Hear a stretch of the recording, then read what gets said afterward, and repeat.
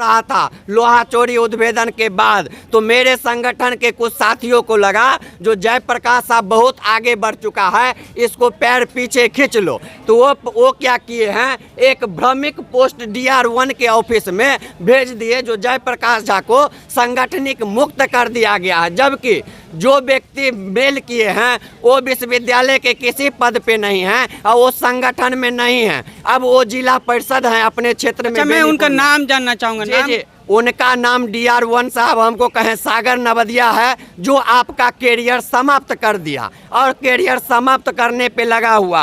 हम गरीब परिवार से आते हैं, यहाँ पे छात्रों के बीच 1 रुपया नहीं लेते हैं और काम करते हैं, जिसका नतीजा है जो 2 दर्जन मुकदमा हम पे अभी तक यह विश्वविद्यालय कर चुका है।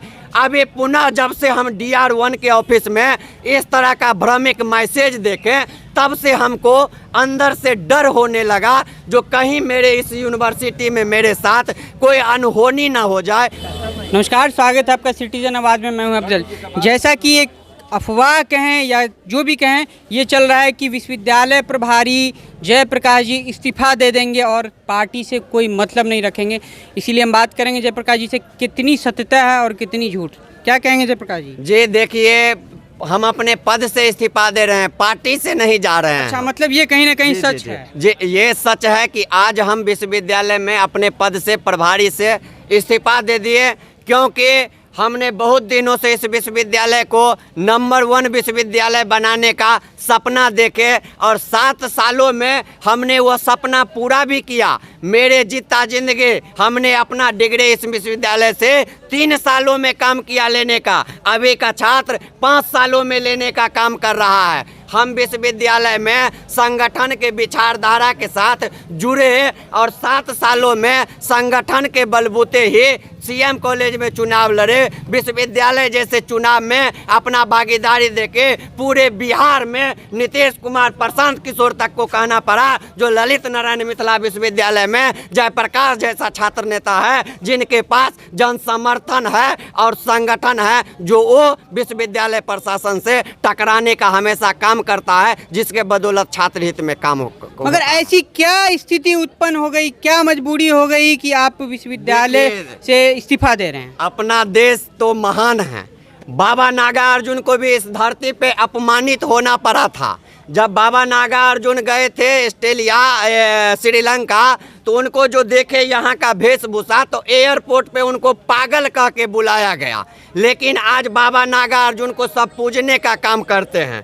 हमने इस विश्वविद्यालय में अपने ईमानदारी से काम किया। लाखों स्टूडेंट जो मेरे मोबाइल पे डॉक्यूमेंट भेजे, उनका काम करवा दिया। अभी मेरे इस्तीफा देने का मुख्य कारण है जो हम विश्वविद्यालय में जो लगातार भ्रष्टाचार फैला हुआ है, वो NSS ऑफिस में हो या प्रेस ऑफिस में हो या हिंदी विभाग में हो या फिर रजिस्ट्रार साहब के कार्यालय में हो। अभी हाल फिलहाल में ही आपके चैनल सिटीजन पे भी लोहा चोरी का उद्भेदन हुआ, जिसके बाद मामला गरमाया और यूनिवर्सिटी थाना विश्वविद्यालय प्रशासन पे FIR दर्ज करने के लिए दबाव बनाया। तो यह मुश्ताक साहब पैसे के घमंड में हैं।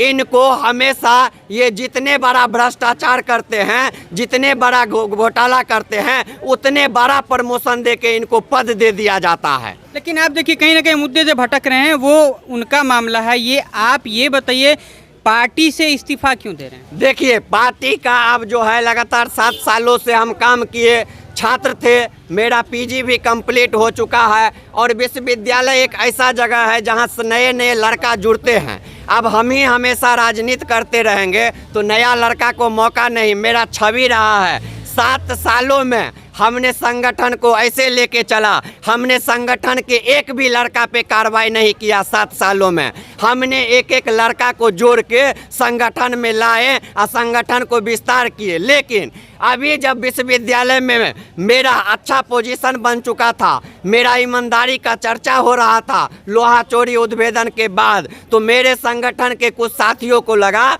जो जयप्रकाश साहब बहुत आगे बढ़ चुका है, इसको पैर पीछे खींच लो। तो वो क्या किए हैं, एक भ्रमिक पोस्ट DR1 के ऑफिस में भेज दिए, जो जयप्रकाश झा को संगठनिक मुक्त कर दिया गया है। जबकि जो व्यक्ति मेल किए हैं वो विश्वविद्यालय के किसी पद पे नहीं हैं और वो संगठन में नहीं हैं। अब वो जिला परिषद हैं अपने क्षेत्र में। अच्छा, मैं उनका नाम जानना चाहूँगा। जी जी, उनका नाम DR1 साहब हमको कहें सागर नवदिया है, जो आपका कैरियर समाप्त कर दिया और कैरियर समाप्त करने पे लगा हुआ।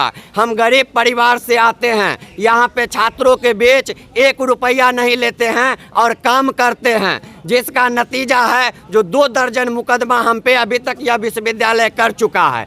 अभी पुनः जब से हम DR1 के ऑफिस में इस तरह का भ्रमिक मैसेज देखें, तब से हमको अंदर से डर होने लगा, जो कहीं मेरे इस यूनिवर्सिटी में मेरे साथ कोई अनहोनी ना हो जाए, कोई घटना ना घट जाए। क्योंकि इससे पहले भी हरिजन एक्ट हम पे हुआ तो उसमें हम विश्वविद्यालय में नहीं थे, हम छात्र हैं, हम जाति पाति का राजनीति नहीं करते हैं। अभी जो आए हैं 500 डॉक्यूमेंट जमा हुआ, आप देखेंगे सभी जाति का लड़का आके हम पे आरोप लगा दिया। जो बोले नाम पूछा, बोले हरिजन हैं तो थूक फेंक दिया। हमने सभी हरिजन को भाई माना है, मेरा जितना दोस्त है सब हरिजन ही हैं। संगठन में जितना पदाधिकारी है उसमें से 90% हरिजन है। इसको आप दूसरा रंग नहीं दीजिए, आप ये बताइए, अभी आप पार्टी से इस्तीफा दिए हैं, आज दे दिए, उसके बाद फिर आप क्या करेंगे? उसके बाद कल से मेरा संगठन का पैदल यात्रा निकल रहा है।